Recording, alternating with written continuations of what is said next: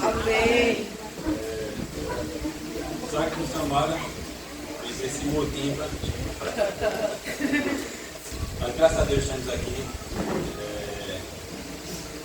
E a palavra de Deus seja exposta, e tipo, eu posso entender que o Espírito Santo de Deus vai falar com ele.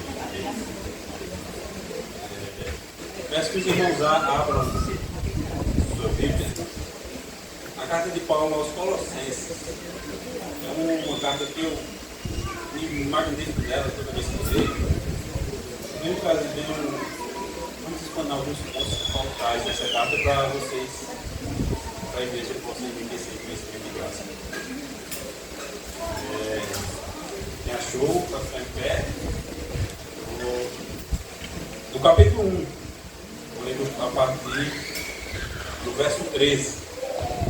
Meu intuito é chegar de verso a verso até o verso 20. Certo?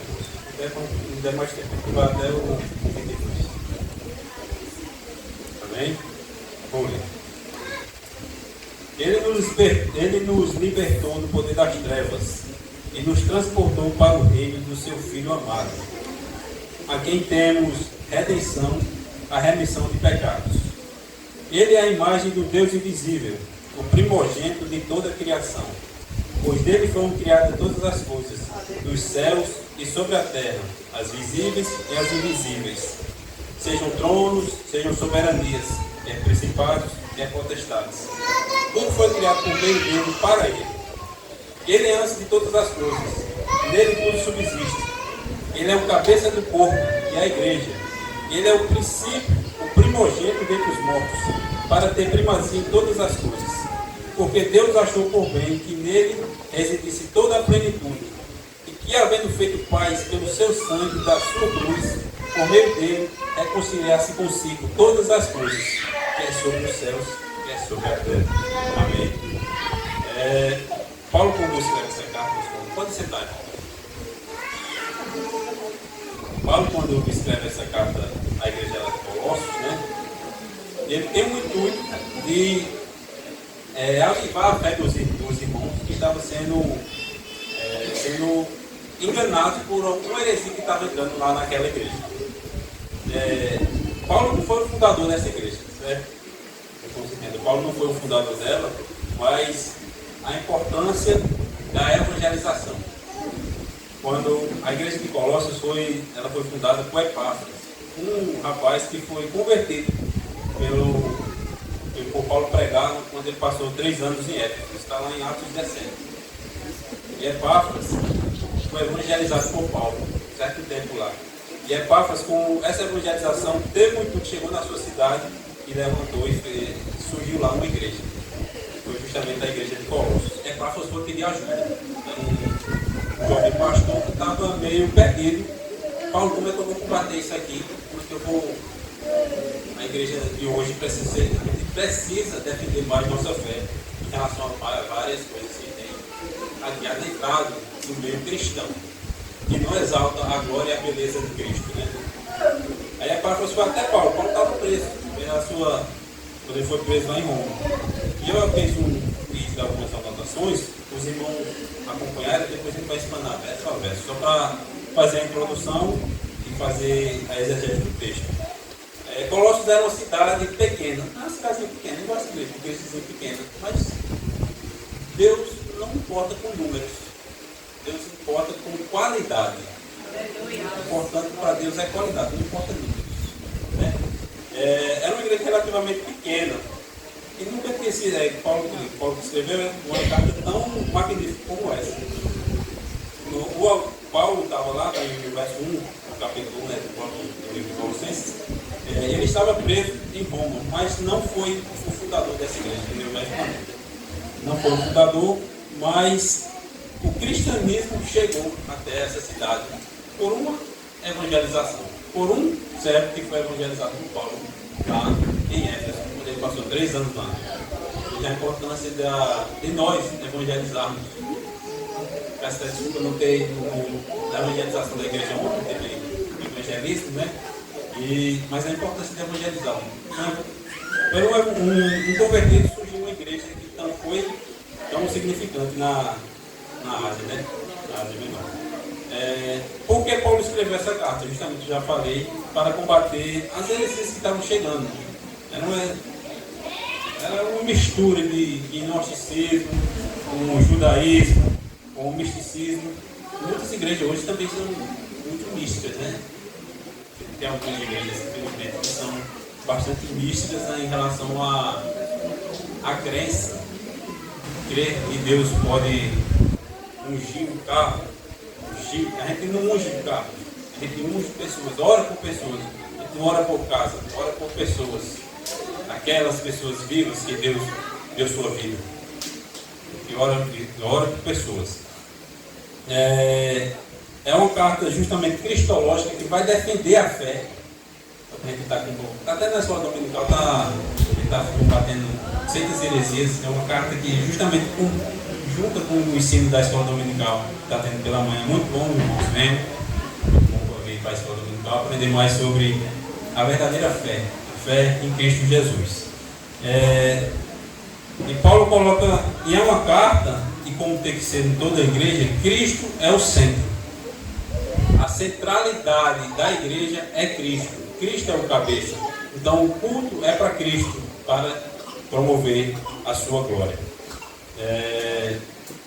Estou fazendo só uma introdução para os irmãos pegarem depois a gente entender verso a verso, entendeu? Combatia o legalismo, misticismo, o ascetismo e o gnosticismo.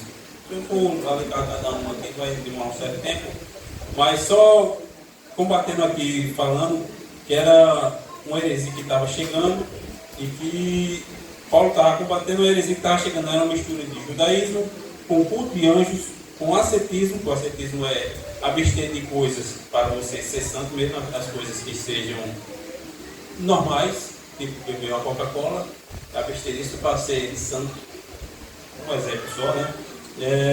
E uma mistura de crenças que estavam chegando lá naquela igreja, e o pastor daquela igreja estava preocupado. Isso nós, como cristãos, temos que ficar preocupados mesmo por tanta coisa que está entrando em nosso meio. A gente tem que combater justamente essas coisas que não levam à fé verdadeira em Cristo. A fé verdadeira em Cristo é a exposição da sua palavra e fiel a ela.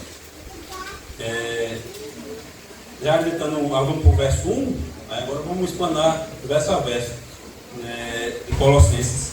Vamos lá, no capítulo 1, verso 13. E nos libertou do poder das trevas e nos transportou para o reino do seu Filho. Filho amado, em algumas versões, o Filho do seu amor. Veja, como o Pai ama o Filho desde a eternidade. Desde a eternidade ele ama o Filho. E entregou esse Filho de amor por nós que não éramos amorosos com o Pai. Esse Filho tão rico em amor se entregou por nós, mesmo sem merecermos. O Filho nos libertou da nossa ignorância a respeito a Deus. Quando Deus nos liberta das coisas mundanas, das coisas que eram contrárias à vontade dele, é essa ignorância que nós temos. Quem aqui não foi ignorante em relação a Cristo? Quem não foi ignorante em relação a Cristo? Sem conhecer as coisas de Deus, né? E também nos libertou das amarras do pecado. Nós estávamos presos a esse pecado. Mas Cristo, em amor, em graça, nos libertou. Porque todos nós éramos ignorantes a respeito de Deus. E também nos libertou para o reino do seu Filho amado. Ele estava na dinâmica aqui, não sei se posso contar, acho que todo mundo já fez a dinâmica. Não, eu não vou contar algo sobre a dinâmica. Mas o reino do seu Filho amado. Veja, a gente estava imersos, sujos em trevas, e ele nos transportou. Isso é maravilhoso, irmãos. Ele nos transportou daqui, caminho ruim, e trouxe para o caminho de paz e luz, para vivermos para a sua glória. E tem uma pergunta que eu faço no texto aqui, mas Deus nos ama? Deus ama todo mundo. Isso é verdade. Deus ama todo mundo. Ele ama todo mundo. Mas o amor de Deus pelo seu Filho, Cristo, é um amor eterno, desde a eternidade. E esse amor eterno, que eu acabei de dizer, se entregou por nós, mesmo nós sermos pecadores. A criatura, né? As criaturas, nós, quando eu digo criaturas, estamos englobando nós, o destino, o Filho do amor, eternamente. Esse amor de Deus pelo Filho é eterno, como eu falei. O Pai, o Filho e o Espírito Santo completos em amor. São completos em amor. E esse amor nos alcançou. Esse amor nos alcançou. O amor tão magnífico e tão solene, né, irmãos? É um amor que não tem palavras. A Bíblia explica sobre esse amor, mas esse amor ele completa maravilhosamente em nossa vida. E nós somos preenchidos por esse amor, por isso temos paz. Por isso temos paz, porque somos preenchidos por esse amor. O amor do Filho eterno para conosco, sua humanidade caída. Quem aqui de nós merecia isso? Ninguém merecia esse amor. Mas o Filho se entregou, ele mesmo, foi dele se entregar por nós. Já no verso 14, que diz assim, em quem temos redenção, a remissão de pecados. Eu fui pesquisar o que é redenção. A gente fala muitas coisas, o que é redenção? Eu anotei aqui, redenção é a libertação do pecado e suas consequências, através do sacrifício de Jesus, resultando em perdão, reconciliação com Deus e adoção como filhos de Deus, esperança da vida eterna. Olha só, tivemos perdão, tivemos 3 estágios. Tivemos perdão, reconciliação e fomos adotados à família de Deus. Esses 3 estágios da redenção. E depois tem a remissão, que é o resgate de algo ou alguém mediante o pagamento de preço. Quem foi que pagou o preço? Nós não tínhamos condições de pagar esse preço. Esse preço era pesado e caro, custou sangue. O sangue puro, limpo, imaculado e santo. E foi muito pesado esse sangue. Ele, lá em Lucas, fala que ele suou sangue, né? E depois se entregou na cruz, onde derramou sangue. Veja quanto ele sangrou por nós. Em amor. Em amor. É um amor magnífico. Do verso 15 ao verso 18,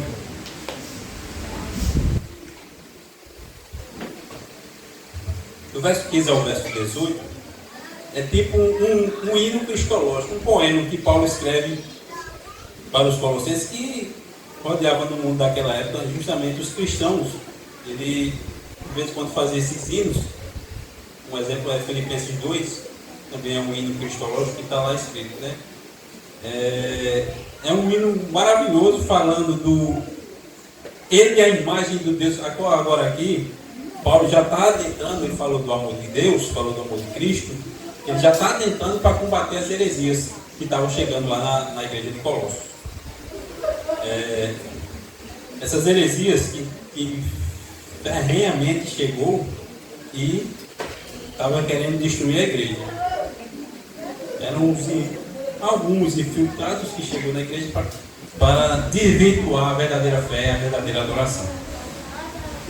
No verso 15, Paulo fala que ele é a imagem do Deus invisível. Veja, é o Deus encarnado que veio à terra por você, por mim. O Deus encarnado que veio à terra por nós. Veja, ele mesmo se humilhou. O Filipenses diz que ele se humilhou até a morte de cruz. Não é uma morte fácil. Não é uma morte, só abrindo parênteses, foi uma morte distinta das outras mortes. Cristo não foi o único crucificado naquela época, mas foi uma morte distinta. Ele apanhou, carregou sua cruz e sacrificou. E foi uma morte que é contada por eras e eras. E é nessa morte que nós cremos por fé. Nós não vimos, mas por fé que a gente crê naquela morte tão magnífica e tão tremenda. Ele é a imagem do Deus invisível, o Deus encarnado, o primogênito da criação. Aqui, o primogênito não é em relação que ele foi criado. Cristo não foi criado, ele sempre existiu eternamente. Ele é eterno. O primogênito, quando diz aqui no verso 15, em relação à primogenitura. Né? No Antigo Testamento, quando nascia um filho, o primogênito, ele que herdava todas as coisas. Herdava todas as posses dos pais. E aqui, justamente, Paulo faz alusão a isso, o primogênito de toda a criação. Mas sim porque ele tem primazia em todas as coisas. Ele é o herdeiro de tudo. Nós somos filhos do herdeiro. Né? A gente somos co-herdeiros. Né? A Bíblia fala que a gente somos co-herdeiros com Cristo. Lado a lado. Mas nós somos co-herdeiros. Aqui o primogênito não é em relação ao que ele foi criado, mas sim que ele é o herdeiro de todas as coisas. Glória! Oh, Deus maravilhoso. É esse primogênito em que nós cremos e que vimos a sua beleza, a sua glória. No verso 16, Paulo fala o seguinte, deixa eu ler. Pois nele foram criadas todas as coisas, nos céus e sobre a terra, as visíveis e as invisíveis, sejam tronos, soberanias, quer principado, quer potestade. Tudo foi criado por ele e para ele. Tudo é por ele e para ele. Paulo está afirmando aqui, né, que Cristo é sobre todas as coisas. Cristo é o firmamento em que nós vivemos. É esse firme firmamento que nós cremos, vivemos e proclamamos às outras pessoas. Está afirmando que ele é o Criador de todas as coisas. Ele estava desde o início, né? Desde o início, lá no Gênesis, no verso 1, o Cristo já estava, a Trindade já estava ali, né? Paulo afirma que é o Criador de todas as coisas. Quando ele fala principados e potestades, está se referindo a anjos. E justamente aqui na igreja de Colossos estava tendo essa heresia que era o culto a anjos. Culto a anjos. Lá na carta aos Hebreus falam que Cristo é mais do que os anjos. Ele é sobre os anjos. Ele é mais do que Moisés, né? Então nós não vimos a igreja, né, para cultuar anjos. Nós cultuamos o verdadeiro Deus, o Deus verdadeiro. Cristo encarnado, Cristo ressurreto, o Cristo eterno.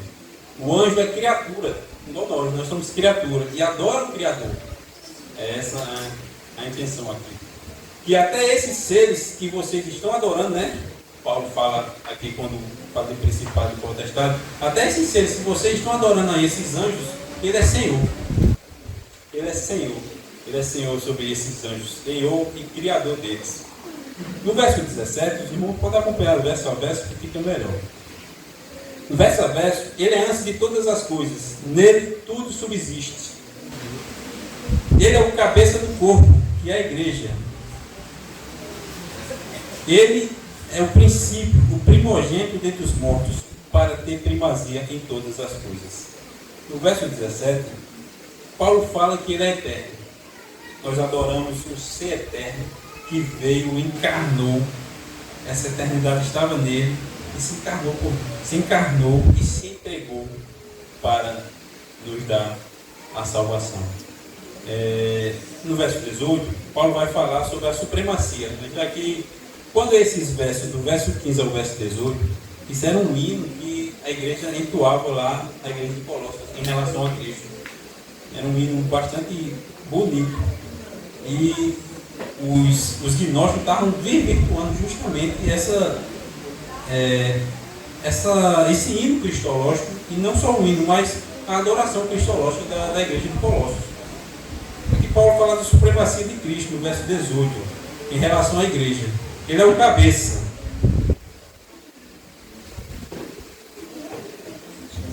Ele é o cabeça da igreja, o dono da igreja. A igreja não tem um dono mortal. Temos um dono eterno. Um dono vivo, eterno, que se sacrificou por nós. Aquele que se levanta e diz, eu sou dono da igreja, ele não conheceu o verdadeiro Cristo, o Cristo ressurreto. Porque ele é o cabeça, aquele que sustenta, dá a vida e faz a igreja progredir. É esse o Cristo, o verdadeiro. Na parte A do verso, que vai até... ele é o princípio, o primogênito dentre os mortos, para ter primazia de todas as coisas. Essa parte A do verso diz o seguinte assim, ó, Cristo é o cabeça da igreja. Aqui ele fala da igreja e Cristo unidos.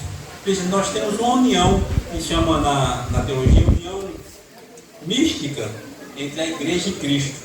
Nós somos o membro, com a cabeça que controla tudo. Essa cabeça é Cristo, né? Ele fala, a igreja aqui fala de Cristo unidos organicamente como um corpo humano. Só que a igreja e o corpo é Cristo. O cabeça é aquele que comanda tudo, dá provisão, dá sustento e cuida. Nesses versos se vê a união de Cristo e a igreja. Ele morreu por essa igreja. E ele se sacrificou por essa igreja. Aquela cruz era pesada, mas foi por nós. Aquela dor insuportável que nós não poderíamos suportar, ele suportou por mim e por você. Por mim e por você. Tenha em mente que aquele sacrifício, o sacrifício santo, não foi em vão. Não foi em vão. Muitos vão a conhecer esse sacrifício e se derramar, se debruçar sobre esse verdadeiro Deus que se sacrificou por nós. Muitas igrejas pregam que não só a Cristo, mas não só a Cristo, mas como você, Cristo mais alguma coisa, Cristo mais minha vida de santidade, Cristo, eu mesmo busco minha santidade, eu vejo Cristo, mas não é só Cristo, irmão. Você ora, pede santidade a Cristo, mas seja que é o Espírito Santo que lhe molda a viver a imagem desse Cristo. Nós somos resplendor dessa imagem, nós refletimos essa imagem. Nós não somos o dono da imagem, o dono da imagem é Cristo, mas nós refletimos a imagem desse Cristo. Esse Cristo que é o cabeça, o dono da igreja, o Cristo vivo, o primogênito dentre os mortos. Quando ele fala aqui o primogênito, ele ressuscitou. Ele ressuscitou no terceiro dia. Amém. Cristo foi o primeiro a ressuscitar e o primeiro a viver uma vida, um corpo glorificado, ter um corpo glorificado por essa ressurreição. E nos deu esse direito também. Ele nos buscou por nós. Não pense que os mortos não há, os mortos vão ressuscitar, uns para a vida eterna. Os irmãos já pararam para pensar que todos vão ser ressuscitados, ímpios e justos. Ímpios e justos. Estava pensando no dia desse? Ímpios e justos vão ressuscitar. Aí, na minha ignorância, mas não era só os justos que iriam ressuscitar? O ímpio e justo. Os ímpios para a condenação. E os justos para a glorificação. É interessante. Todos vão ressuscitar. Eu estava falando hoje na EBD sobre justamente isso.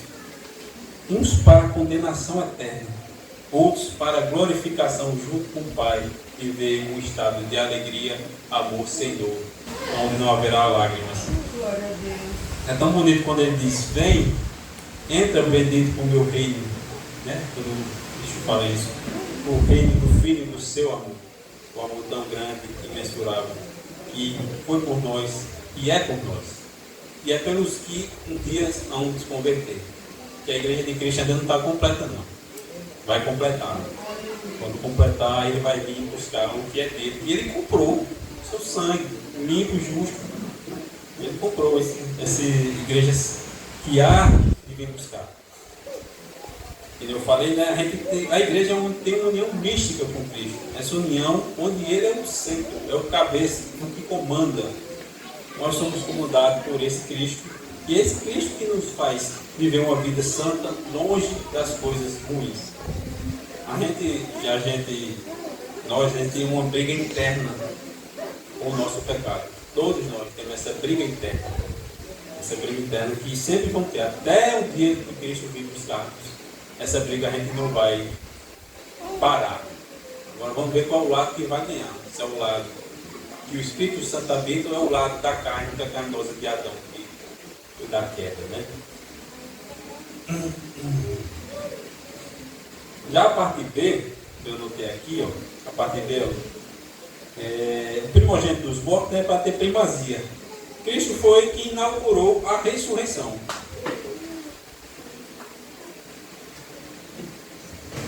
A Bíblia fala de outras ressurreições, né? Fala da ressurreição da filha de Jairo, da ressurreição lá de Elias, né? Quando ora pela viúva, do menino da viúva. A de Eliseu, quando Eliseu cai, o rapaz cai no duplo de Eliseu, ele ressuscita, né? Mas a ressuscitação de Cristo com uma ressurreição, na verdade, ressurreição diferente. Esses que eu falei agora, eles ressuscitaram, mas morreram de novo. Teve duas mortes, né? Teve duas mortes. Essa ressurreição de Cristo foi uma ressurreição única e magnífica. E é a ressurreição para a glória, e nunca mais vai morrer. Nunca mais vai morrer. Essa é a ressurreição que nós cremos, irmãos. É uma ressurreição que nos dá garantia. A ressurreição de Cristo nos dá a garantia de sermos justificados, porque Ele morreu por nós pecadores, mas ressuscitou ao terceiro dia para nos justificar. Se Cristo não ressuscita, nós não tínhamos direito ou acesso ao céu, acesso a viver do lado dele, porque seria você só ia ser limpo dos pecados somente, mas não ia ser uma pessoa justa. Ele nos deu o justo, a Bíblia fala, né? O justo pelos justos. O justo Cristo pela uma multidão de injustos. Aleluia. Para nos justificarmos diante daquele que é primazia de todas as coisas. Aleluia. Aí Paulo fala aqui que a pregação, Cristo inaugurou a ressurreição, né? Tudo converge, ele é o primeiro. Por isso que tem que ser na verdade, o culto, a música tem que ser cristocêntrico, levar a pessoa, levar a mensagem, as músicas, a pessoa de Cristo, levar a exaltar esse Cristo maravilhoso. Aonde tem a pregação que levanta o seu ego, qualquer um, o meu, corra de lá, porque não é uma pregação cristocêntrica. A música, os hinos, nossa vida tem que ser uma vida cristocêntrica diante do Pai. Glorificar a esse Deus tão maravilhoso. No verso 19, em Cristo reside toda a plenitude da divindade. O divino se encarnou, eu falei já no início, o divino se encarnou, veio viver uma vida santa. Ele dá uma prova para nós. Cristo viveu uma vida santa e digna. Então não é impossível para nós viver uma vida santa. Não é impossível viver uma vida santa, livre do pecado. Ele reside toda a plenitude da divindade, né? O Deus encarnado veio, habitou, morou, teve dores, chorou, só não pecou. Mas teve dores, sofreu, chorou e suou sangue. Esse Deus que nós cultuamos, o Deus verdadeiro, o Deus que as Escrituras afirmam, é um Deus que quer salvar você. Quem ainda não é crente, busque esse Deus. Ele há de se revelar para você através da Escritura.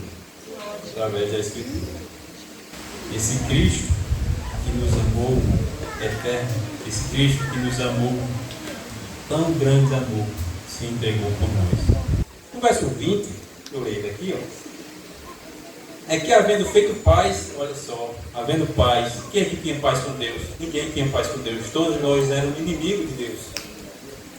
E havendo feito paz com Deus, pelo seu sangue, o sangue da sua cruz, por meio dele, reconciliar-se consigo mesmo todas as coisas, que é sobre o céu, que é sobre a terra. E ele trouxe a paz.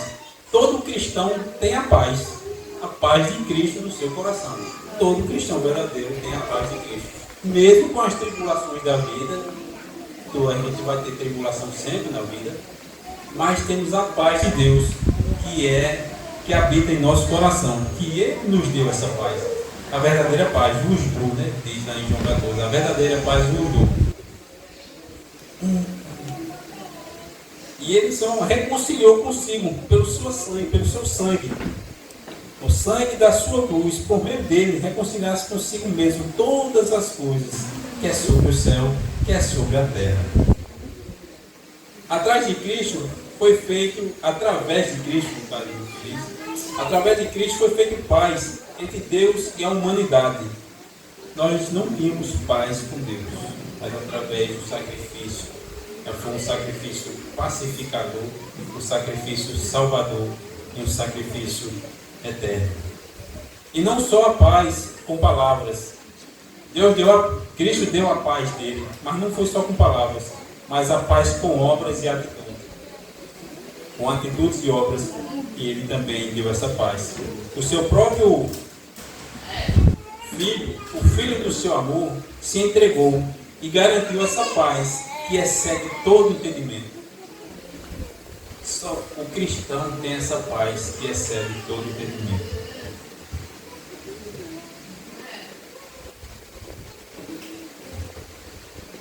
É dessa paz, irmãos, que nós precisamos. É dessa paz que buscamos. É dessa paz que vivemos.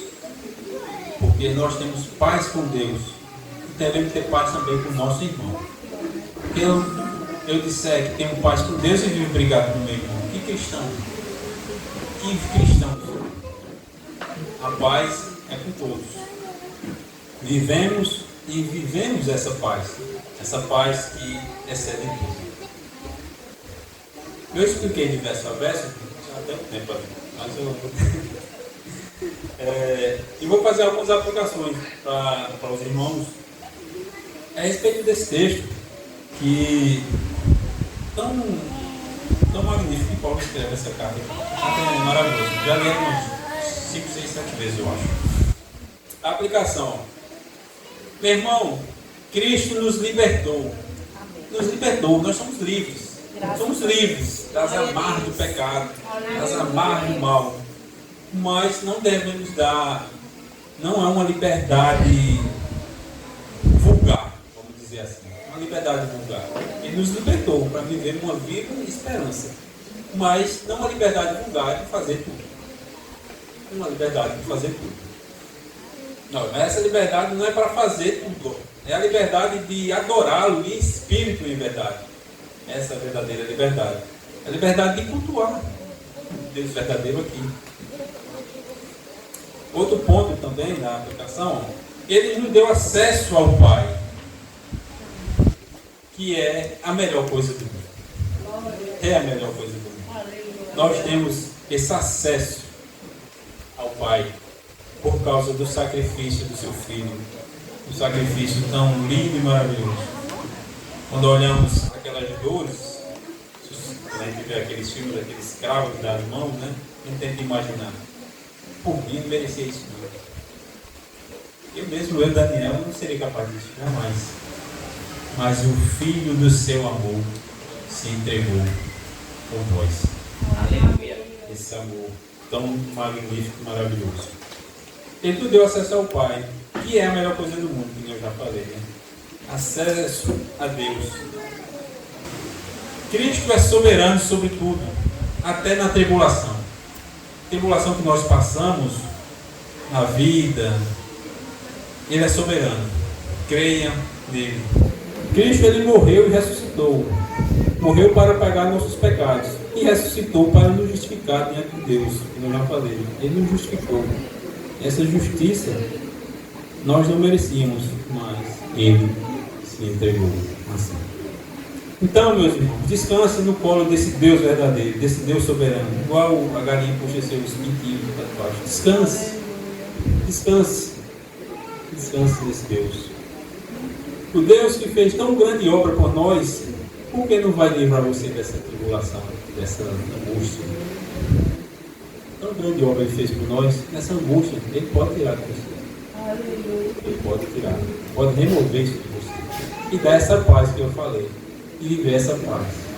Essa paz que excede todo entendimento. Tão grande obra Ele fez por nós, porque mesmo se nós morrermos, saberemos quem está nos esperando.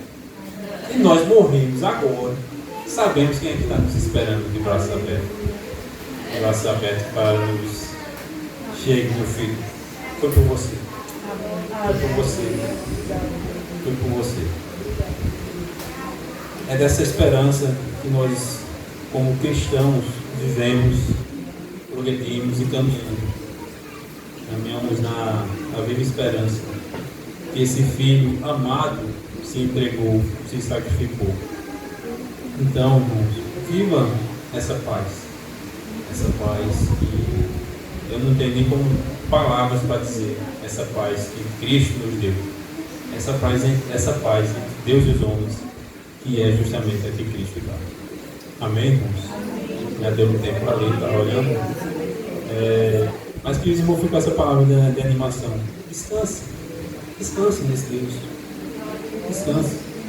Porque é nele que temos fé, temos a redenção, temos a remissão, temos a justificação para viver lado a lado com o Pai. Amém, irmãos? Amém. Glória a Deus. Aleluia. Louvado seja o nosso Deus. Esse é o Deus a quem nós servimos.